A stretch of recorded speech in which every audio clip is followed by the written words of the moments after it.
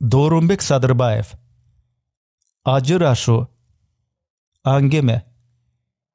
Чыгарманы көркөм окуган, үндөштүргөн Эрнест Кыяз.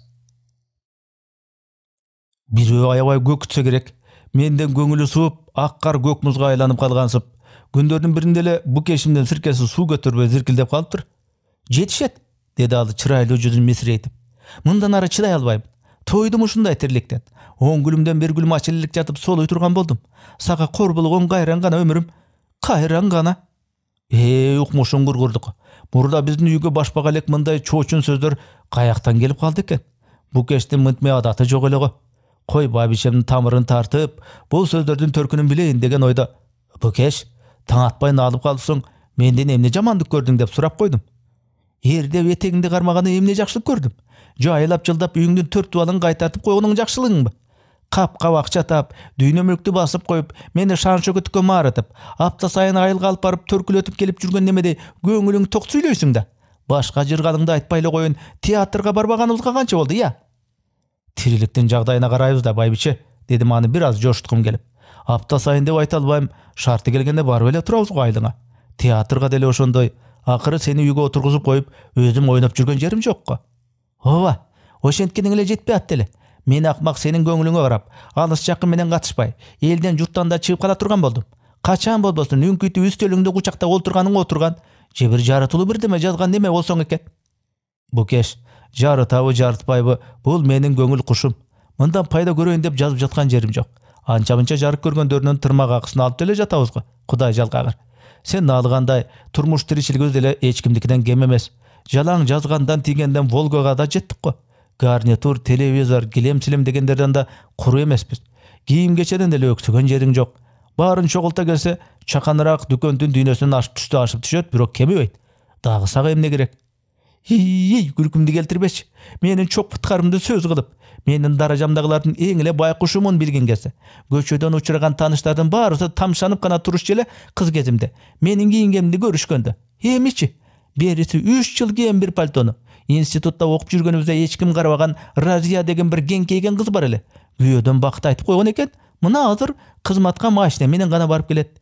Күндө жаңыны кийип, өзү да жыргап, тууган туушкандарын да жыргатып, каерге барбасын сый урматтын үстүндө. Көйнөктүн өзүнөн 500, норка ичик, сүлөөсүн ичик, жылуу пальто, жеңил пальто, Иран кофта, япон жоолуктарына эсеп жетпейт экен. Башкасын айтпай эле коюн, ар бир саласына бирден Волга салынып жүрөт дейт. А сен шалдырканы чыккан эски Волгаңа мачне ишпай деп манчыркап каласың. Баары сен айткандай болсо, биздин аларга теңелишибиз кыйыныраак экен. Кыйыныраак эмне? Өмүр бою теңеле албайбыз. Анын күйөөсү сага окшогон тар неме эмес. Мен тармынбы? Анан кеңсиңби? Катындардын ишине аралашкан эркекти кенен деп коебу силер жакта? Мен сен эмнеге аралаштым? Баарына. Баягыда адыркы уркачылардын баары жасаган иш, тырмагымды кызартып, оозумду боеп алсам, кыйылга чейин кыр көрсөтүп, коркутуп жүргөнүң жалганбы? Бирге иштеген келиндердин баары чачын кырктырып алышты. Мен деле ошентейин десем, кыжыйып болбой койгон ким эле? Дем алыш, майрам-сайрамда эл катары оозума бирдике алсам, балеге калганым. Кабагыңа кар жайта турат. Ушуларды кенендиңден жасап жүрөсүңбү? Анын баарынын өзгөчө себеби бар.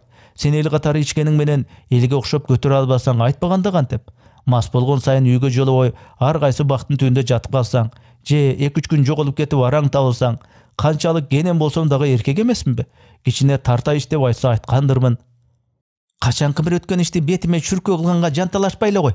Бактын түбүндө жатып калсам, келиндер менен кичине үлпөт куруп, сенин көзүңө кызуу көрүнгөндөн айбыкканым ошенткенмин. 2-3 күнгө жоголуп кетсем, тең туштук карызымды аткарып кыз жеткизип баргам. Ошондо бир колхоздун байлыгын тутамдап турган бухгалтер жигит алып кетейин деп жакшы эле кыйылды эле. Ошону ээрчип кете бербей, сага кайра келген мен акмакмын. Баш кошкону сен мен дешип сексие караша элек болчубуз. Эми экөөбүздүн тең тилибиз буудай куруп, унутулуп бараткан ич күптүлүктөр кайра жаңырып, айтылбай жүргөн айыптар чукулуп таза бале болду. Ачуу үстүндө чындап эле көңүл каларлык сөздөр да айтылып кетти. Менден мындай сөздөр чыкпайт деп ойлосо керек. Баш теримди байкаганда бу кеш ого бетер көгөрүп алды.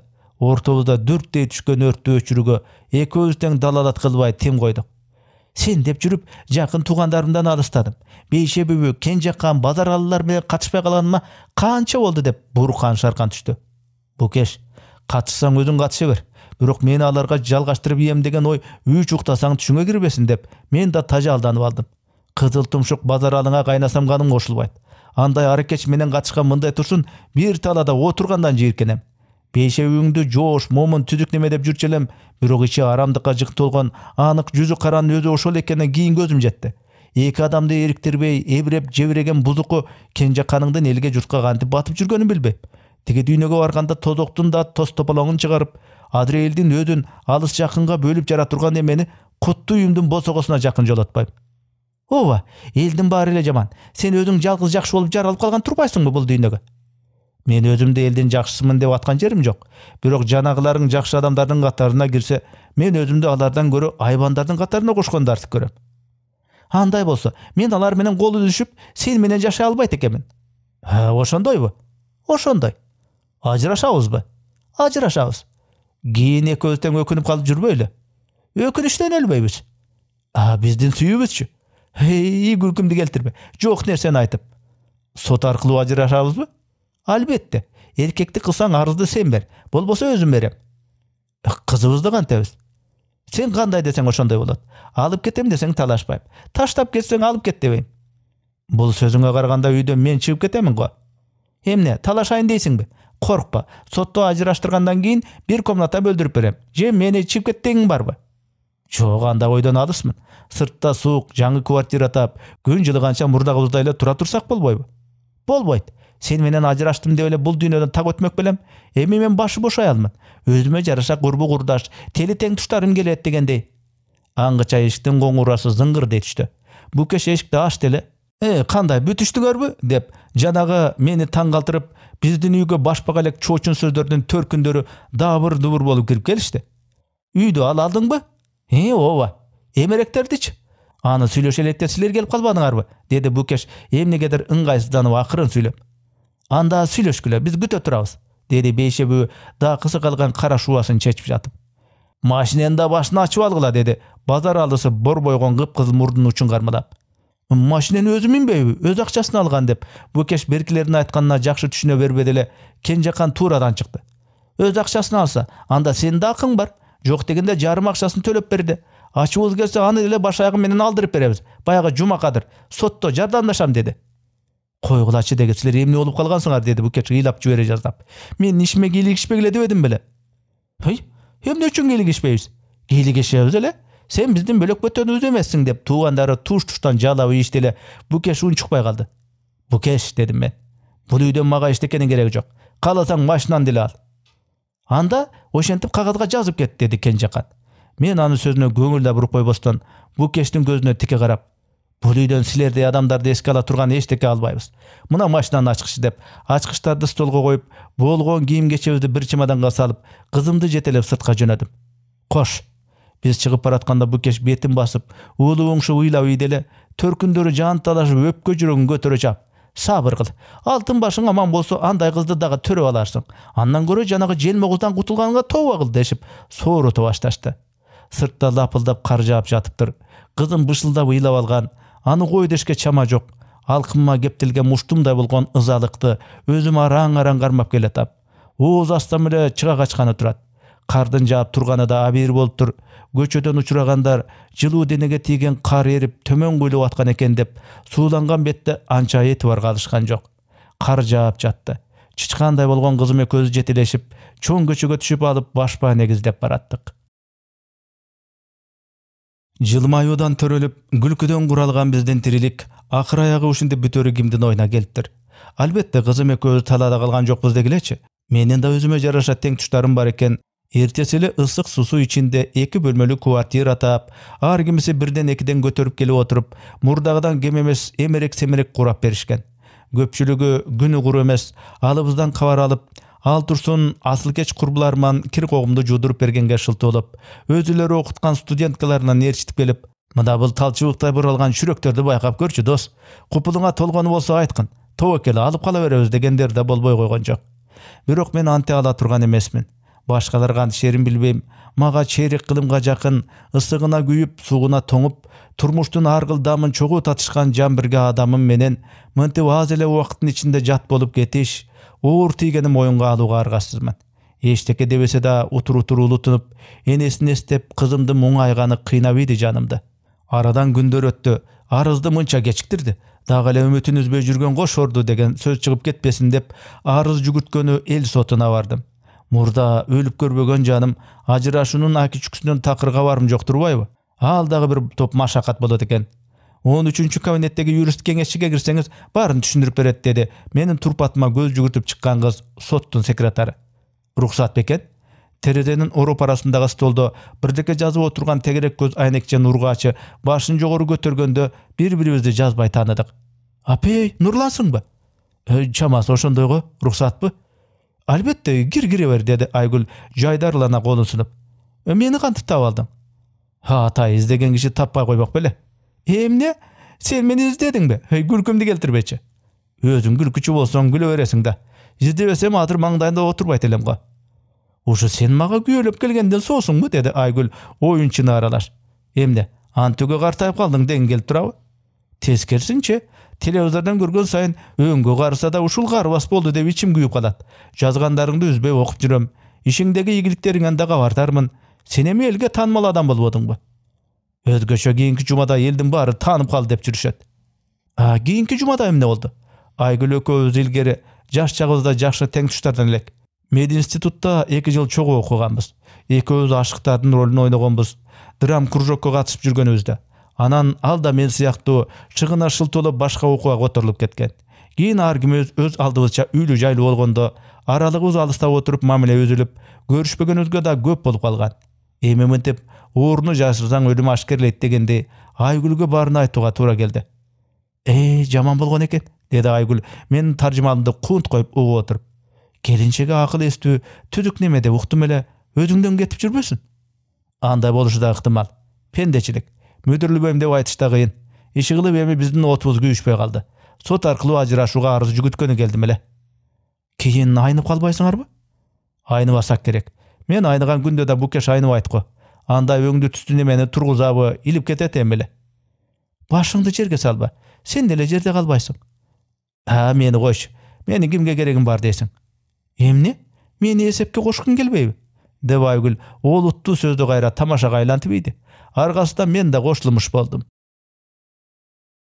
Арыз таштагандан 2 апта өткөндө соттон чакыруу келиптир.